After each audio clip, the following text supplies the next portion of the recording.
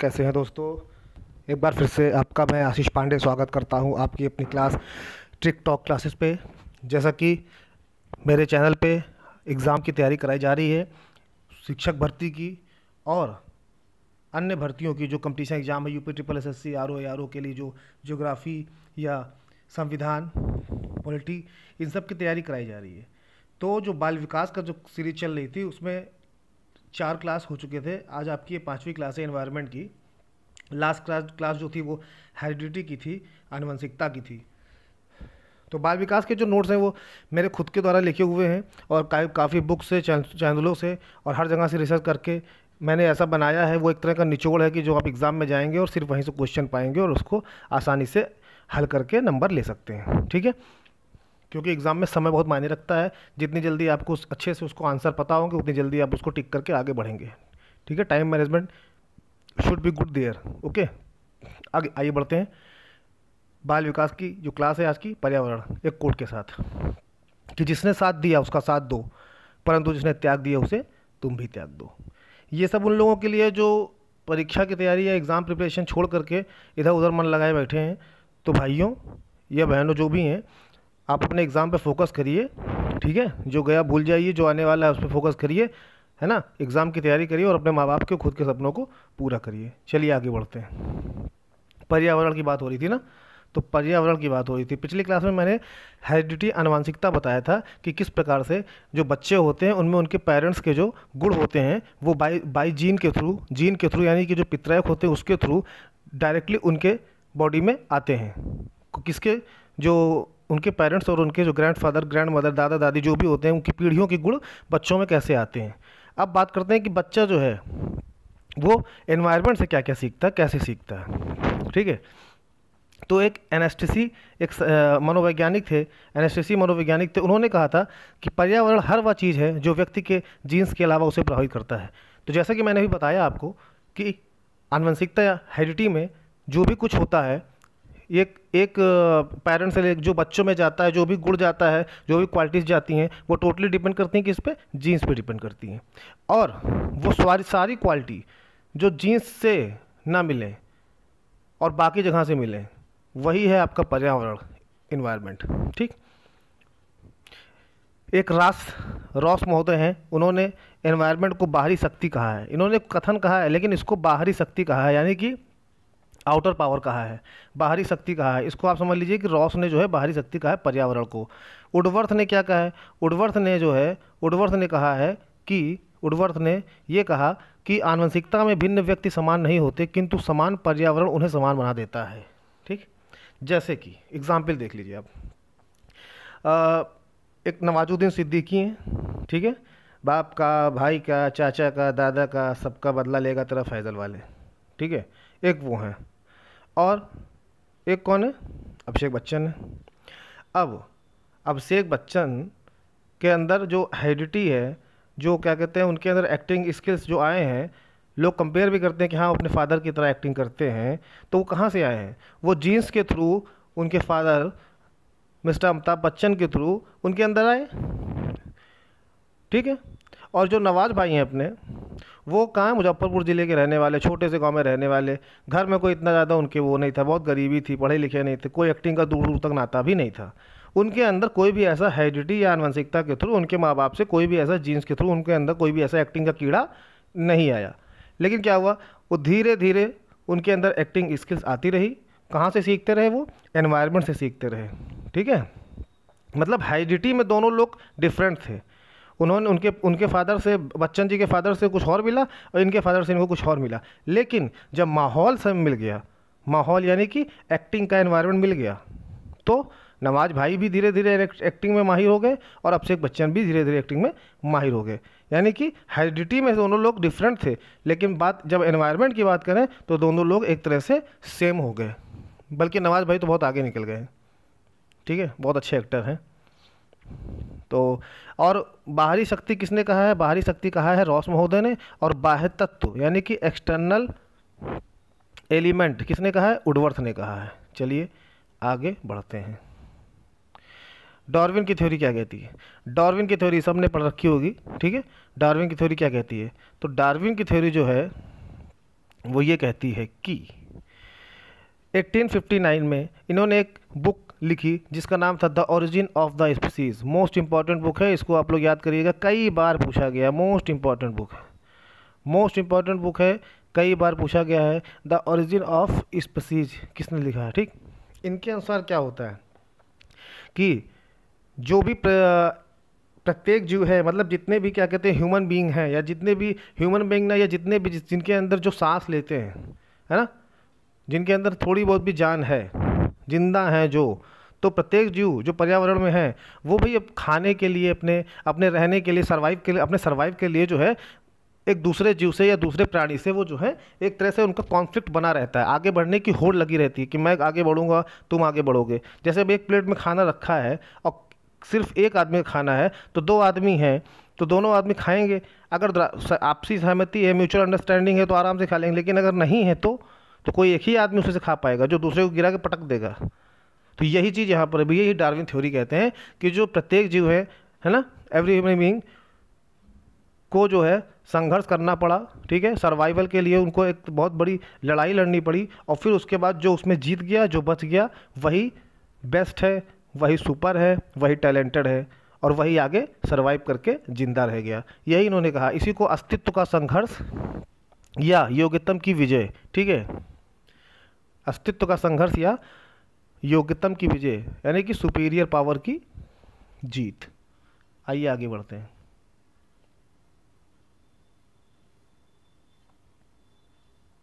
Lamarck ने क्या theory दी थी? लैमार्क ने कहा था कि अब आपको पता है महाभारत में जब युद्ध हो रहा था तो शायद ही आप लोग जानते होंगे सभी लोग, भीम के पुत्र थे घटोत्कच जी, तो वो क्या कर रहे थे, वो अपनी ही सेना, मतलब जो कौरव की सेना नहीं, वो पांडवों की सेना पर ही उठा उठा के, बहुत ही बड़े बलशाली थे और बहुत बड़े थे, देखने सुनने में बहुत बड़े थे, पर्सनालिटी इतनी लंबी चौड़ी थी कि कुछ भी कर सकते थे। तो क्या करते थे वो, उन्होंने एक, अब जो वहाँ पे हाथी घोड़ा ऊँट या जो कैमल वगैरह थे, एलिफेंट, ठीक है, हॉर्स, इन सबको उठा उठा करके अपनी ही सेना पे फेंक रहे थे, यानी पांडवों की सेना फेंक रहे थे। तो हुआ क्या, भीम जी ने उनका पकड़ लिया, एक बार उन्होंने ऊँट उठा लिया और भीम जी ने पकड़ लिया। अब हुआ क्या, उधर से भीम जी खींच रहे हैं, महान बलशाली ताकतवर, और इधर से उनके पुत्र घटोत्कच खींच रहे हैं।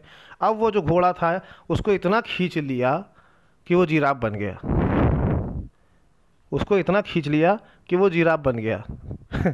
तो ये एक समझ लीजिए कि इसी तरीके से कि लैमार्क थ्योरी यही कहती है कि जो जिराफ है, जिराफ या जो भी ऐसे प्राणी हैं जिनको अपने जीवन के लिए संघर्ष करना पड़ेगा, जैसे मान लीजिए अभी आपको ही जैसे किसी छोटे बच्चे को भेज दिया जाए, कहते हैं ना कि एक बच्चों की लंबाई नहीं बढ़ रही है तो इनको जो है क्या कहते हैं जंपिंग कराइए, ठीक है, इनको क्या कहते हैं लटकने वाले एक आता है उस पर बोलिए कि उसको पकड़ करके लटके एक्सरसाइज करें ताकि उनकी हाइट बढ़ जाए।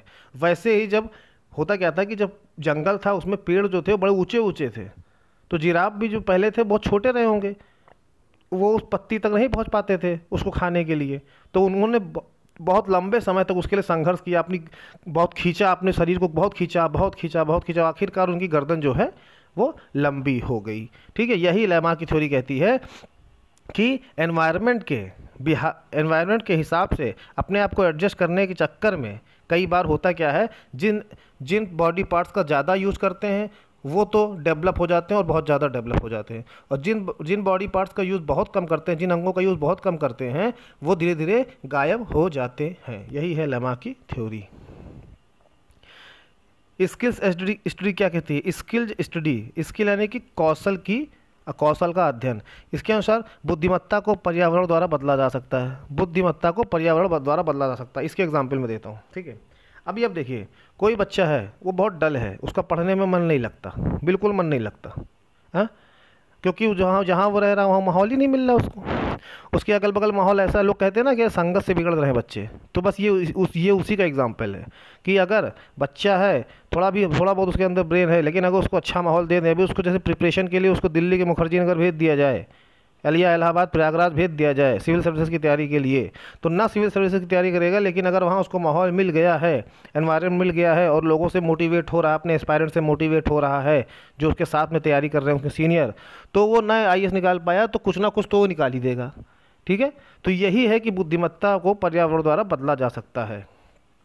फ्रीमैन एक साइंटिस्ट थे, उन्होंने कहा था कि अच्छे घरों के बच्चे चाहे मंदबुद्धि पेरेंट्स हों शीघ्र बढ़ेंगे। इसका मतलब कि जो अच्छे घरों के बच्चे होते हैं, ठीक है, हाई क्लास के होते हैं या मिडिल क्लास के होते हैं, अच्छे घरों के जिनके माता पिता के अंदर भी जो अच्छे खासे संस्कार उनके पेरेंट्स से आए हुए हैं और अच्छा एक वातावरण बना के रखे हैं, वहाँ पे अगर बच्चे मंदबुद्धि भी हों तो ज़्यादा तेज़ी से बढ़ेंगे, क्योंकि उनको वो एनवायरनमेंट दिया जा रहा है ना। समावेशी शिक्षा, इंक्लूसिव एजुकेशन इसी को कहा जाता है, आजकल चल रही है। लेकिन अगर वहीं पे क्या कहते हैं, गरीब घर के बच्चे, वहाँ कितने भी मंदबुद्धि हों, वहाँ ध्यान ही नहीं दिया जा रहा होगा, वहाँ उनको खाना भी ढंग से नहीं मिलेगा। जब खाना ही नहीं मिलेगा, शारीरिक विकास ही पहले से ही रुका हुआ है और रुक रहा है, तो क्या विकास करेंगे, है कि नहीं। वुडवर्थ ने कहा था कि अनाथ बच्चे माँ बाप से अच्छे निकले क्योंकि उनका वातावरण अच्छा था। अब आप देखिए, बहुत सारे अनाथ बच्चे हैं, आपने पुरानी फिल्मों में देखा होगा, ठीक है, पुरानी फिल्मों में देखा होगा कि भैया अनाथ बच्चे हैं, पल रहे हैं और वहाँ से सीधे अनाथ आश्रम से निकल रहे हैं, सीधे भैया क्या कहते हैं, दरोगा जीवन के, सीधे सब इंस्पेक्टर बन के निकल रहे हैं। तो कैसे निकल रहे हैं, वहाँ माहौल अच्छा मिला, वहाँ पढ़ाई का माहौल रहा होगा, वहाँ पढ़ाया गया होगा और फिर जाकर के वो अच्छे निकल गए। अब जो कुछ अनाथ बच्चे, इनके माँ बाप रिक्शा ही चलाते हैं, गरीब है, उन्होंने गरीबी के दर से अपने बच्चों को छोड़ दिया अनाथ आश्रम में, लेकिन वहाँ पे उनको माहौल अच्छा नहीं मिला और वो आगे चल के कुछ अच्छा कर गए, ठीक है। जैसे कि जुड़वा बच्चों में क्या होता है, यही होता है, दो जुड़वा बच्चे, आपने जुड़वा मूवी देखी है कि नहीं, पुरानी सलमान खान वाली या नई वरुण धवन वाली। इसमें एक प्रेम होता है, एक राजा होता है, ठीक। तो राजा प्रेम है दोनों जुड़वा, लेकिन प्रेम को जो है एक आदमी उठा करके ले जाता है लंदन, तो अब वो लंदन में रह रहा बचपन से, वहाँ पढ़ा लिखा सब कुछ होकर के एकदम आया, है ना, एकदम फर्स्ट क्लास होके आया, अच्छा खासा ब्रिलियंट आदमी। और ये जो राजा है, यहीं टपोरीगिरी करता रहा बॉम्बे में रह के, मुंबई की चालों में, तो ये क्या बन गया, एक टपोरी गुंडा टाइप का बन गया, देखी हो गया आपने। तो क्यों बना, क्योंकि प्रेम को मिला अच्छा वातावरण और राजा को क्या मिला, खराब वातावरण, ठीक। टार्जन का एग्जाम्पल आप ले लीजिए, जिसको भेड़िया बालक भी कहते हैं। टार्जन बचपन है तो मानव, लेकिन बचपन में जो है जंगल में बड़ा पला बड़ा, इसीलिए वो जंगली जानवरों जैसा व्यवहार करता है। अब आनुवंशिकता और पर्यावरण का संबंध क्या है, एक चीज़ जान लीजिए, सीटेट हो या कोई भी एग्ज़ाम हो, जब भी कभी क्वेश्चन आए कि बच्चे का विकास किससे परस्पर संबंधित है, तो आप हमेशा आंसर लगाएंगे आनुवंशिकता और पर्यावरण दोनों से संबंधित है, बल्कि दोनों एक दूसरे से कोरिलेटेड हैं, अंतः संबंधित हैं, ठीक है। Heredity and environment both are correlated to each other, एक दूसरे से अंतः संबंधित हैं, ठीक है। इस पे एक बुक लिखी गई है, सोशल लिविंग, किसने लिखी है, लैंडिस एंड लैंडिस ने सोशल लिविंग एक बुक लिखी है, ठीक। अब मनुष्य क्या करता है, ये क्या होता है, ये पर्यावरण बताता है, और मनुष्य क्या कर सकता है, ये आनुवंशिकता बताता है। जैसे कि अब आप देखिए, दारा सिंह के जो लड़के हैं, विंदु दारा सिंह, है कि नहीं, तो दारा सिंह बहुत बड़े पहलवान थे, जिन्होंने बजरंगबली का किरदार निभाया था रामायण में, ठीक है। वो बहुत बड़े एक्टर थे और बहुत बड़े पहलवान थे, कुश्ती मतलब उनके केसरी थे, उनके नाम की तूती बोलती थी विश्व में। तो उनके जो लड़के हैं वो विंदु दारा सिंह, वो भी पहलवानी बने, पर्सनालिटी तो उनकी बहुत ज़बरदस्त हो गई, तो वो पहलवानी तो कर सकते हैं, लेकिन एक्टिंग नहीं कर पाए। उनकी भी मूवी आई, लेकिन एक्टिंग में फेल हो गए, मतलब बहुत बुरी तरीके से फेल हो गए, है कि नहीं। क्यों नहीं कर पाए, क्योंकि वो उनको वो एनवायरनमेंट नहीं मिला एक्टिंग वाला। अगर अच्छे से मिल गया होता तो वो एक्टिंग करते, लेकिन उनको हेरिडिटी आनुवंशिकता से क्या मिला था, उनको मिली थी कुश्ती, हैवी पर्सनालिटी, तो वो वही कर पाए। तो क्या कर सकता है वो बताता है कौन, आनुवंशिकता, और ह्यूमन क्या करता है वो बताता है पर्यावरण, ठीक। क्रो एंड क्रो ने बताया था, क्रो एंड क्रो एक साइंटिस्ट थे, मनोवैज्ञानिक थे, उन्होंने ये बताया था कि व्यक्ति जो होता है, यानी कि मैं हूँ या आप, हम लोग जो भी हैं, हम लोग हेरिडिटी और पर्यावरण का प्रोडक्ट हैं, यानी कि आनुवंशिकता इनटू पर्यावरण, आनुवंशिकता गुणे पर्यावरण प्रोडक्ट, यानी कि गुण, हम लोग उसके प्रोडक्ट हैं, गुणनफल हैं, ठीक है। आनुवंशिकता और पर्यावरण के गुणनफल हैं। और वुडवर्थ ने क्या बताया था, व्यक्ति इन दोनों का गुणनफल है, ना कि योगफल। तो बताया दोनों लोगों ने था कि हम लोग जो हैं हेरिडिटी और इन्वायरमेंट के प्रोडक्ट है, लेकिन वुडवर्थ ने खाली क्या जोड़ दिया इसमें, कि वो गुणनफल है, ना कि योगफल, ठीक। पेट्रोल और ड्राइवर, जैसे कि पेट्रोल और ड्राइवर, बिना पेट्रोल के ड्राइवर कार नहीं चला सकता, और बिना ड्राइवर के कार चल नहीं सकती। ये बात और है कि अब टेस्ला कंपनी बिना ड्राइवर वाली कार बना रही है, ठीक। एक इंपॉर्टेंट पॉइंट बता रहा हूँ, जो सीटेट यूपीटेट सुपेट किसी भी एग्जाम में अगर आता है तो बता दे कि आनुवंशिकता या हेरिडिटी किस प्रकार की, किस प्रकार का स्ट्रक्चर है, तो ये स्टेबल स्ट्रक्चर है, इसको स्थिर संरचना बोलते हैं, इसको गौड़ संरचना नहीं बोलते हैं। ये क्या है, ये स्थिर संरचना है, ठीक है। स्थिर संरचना है। और प्रकृति पोषण विवाद क्या है? प्रकृति पोषण विवाद जो है वो आनुवंशिकता और पर्यावरण से संबंधित है। इसका ये कहना है कि किसी भी व्यक्ति का विकास जो है वो आनुवंशिकता और पर्यावरण एक दूसरे से कोरिलेटेड है, अंतः परस्पर है।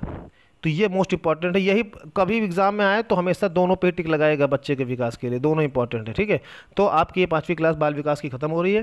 Thanks, please share and subscribe comments below on my channel. And Ashish Pandey, मैं आपका एक बार फिर से आपसे अब अलविदा लेता हूँ। टिकटॉक क्लासेस को ढेर सारा प्यार आशीर्वाद दीजिए, सब्सक्राइब करवाइए जितने हो सके अपने दोस्तों यारों हित में व्यवहारियों से। ठीक है, मिलते हैं बाल विकास की अगली क्लास में। और पिछली क्लास एक भूगोल की सीरीज में मैंने एक बहुत ही इंपॉर्टेंट क्लास बताई है, पृथ्वी की आंतरिक संरचना, जिसमें क्रोड, मेंटल, क्रस्ट, मोहो, गुटनबर्ग और जितनी भी सारी चीज़ें हैं बहुत ईजी वे में समझाई है। और 35 क्वेश्चन की सीरीज भी दी है, उससे एक क्वेश्चन बाहर नहीं आएगा एग्जाम में, और आएगा ज़रूर एग्जाम में। तो प्लीज़ उसको पढ़िएगा अच्छे से, तरबूज विधि से मैंने समझाया है। और उसको शेयर भी जितना हो सके धकाधक शेयर करिए। ठीक है, मिलते हैं फिर अगली वीडियो में। थैंक यू, जय हिंद, जय भारत।